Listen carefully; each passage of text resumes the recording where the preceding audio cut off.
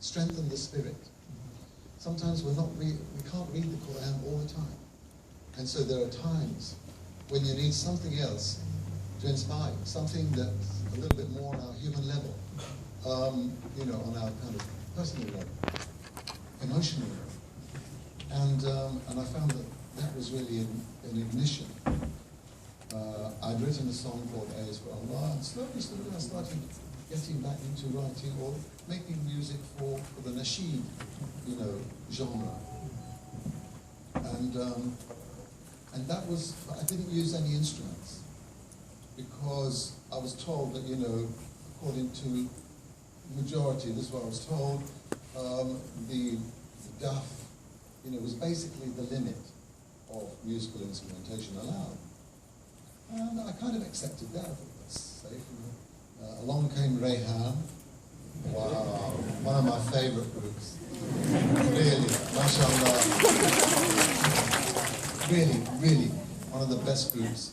And I keep praying for Brother Zari, who passed away. He was an inspiration. He was a, you know, a very gentle and beautiful soul. So gradually, and in fact, they asked me to sing with them, and you know, they said, I wrote this song called God is the Light, and they said, tell us how it goes. So I said, this is how it goes. I recorded it, and they said, that's it. I said, no, this is just to teach you how to do it. They said, no, we want your voice on it. So that's how I got to sing God is the Light with Rayhan. And after that, of course, 9/11. Another massive negative message being delivered. Islam does not exist anymore in the true sense that we know it. In the Western world, they do not know what is Islam anymore because of the things like this. And so I realized, and then my study of Islam took me to the point of the study of, the issue of music in Islam.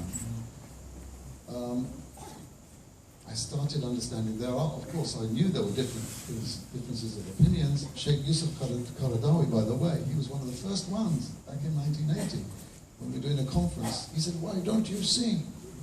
You know, I said, no, I don't want to do that. You know, I was kind of confused then. I was confused. I was not confused. I was careful. Sure. Okay. Let's use our words carefully, shall we? That's a better word, right? Okay, that's the first word that came to your mind. All right. So now I'm confused. I'm asking you to say. Okay, that's I'm confused. So now, so there are different opinions. And then I came to the point, and I realized, my Lord, you know, I'm going to face Allah on the Day of Judgment. We all will face our Lord. And each one of us has everything that he did, everything that he intended, everything that he achieved or didn't achieve, tried to achieve, will be there. And I realized that the subject was misunderstood from the Islamic point of view, from the Muslim point of view, not the Islamic point of view. I would say Muslim scholars, naturally, a lot of them take a very conservative view because they don't want to mislead anybody into areas which could be dangerous for them. So they don't want to be responsible for that. So they would take the view, and the majority of the schools of thought, I think, come out with the opinion that it is makruh, with instrumentation and things like that.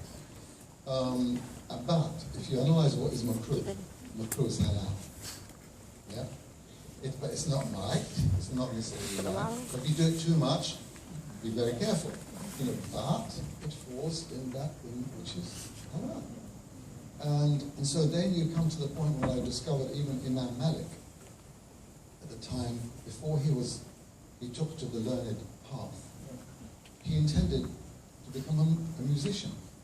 I'm thinking, how in Medina is it possible for you to think about being a musician if it's well known that it's haram?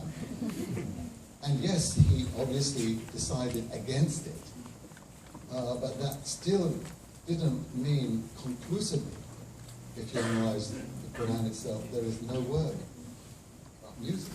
And therefore, the clarity of the issue is not defined. And therefore it leaves it for us to interpret. And that's where you get the interpretation. Surah Luqman, for instance, was always raised as the main objection. But Surah Luqman is one of what you could say in the fiqh point of view, it is a specific verse revealed about a man who bought a singing woman to divert people from listening to the Quran. Well, yes, if you do that, you can say it's haram.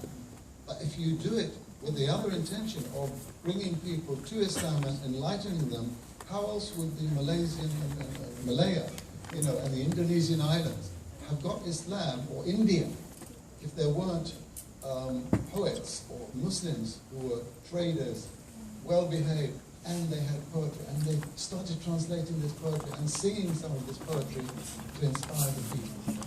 So I started to realize that this is a big issue. We're not going to explain it all here. So some of it is in the book. My references are in the book. And it came out, if you analyze one of the strongest hadith, it is in Sahih Bukhari, where it was Eid. Okay, so some of the scholars will say, because it was Eid, it can happen at Eid. But there was no restriction. It was Eid. It was Eid.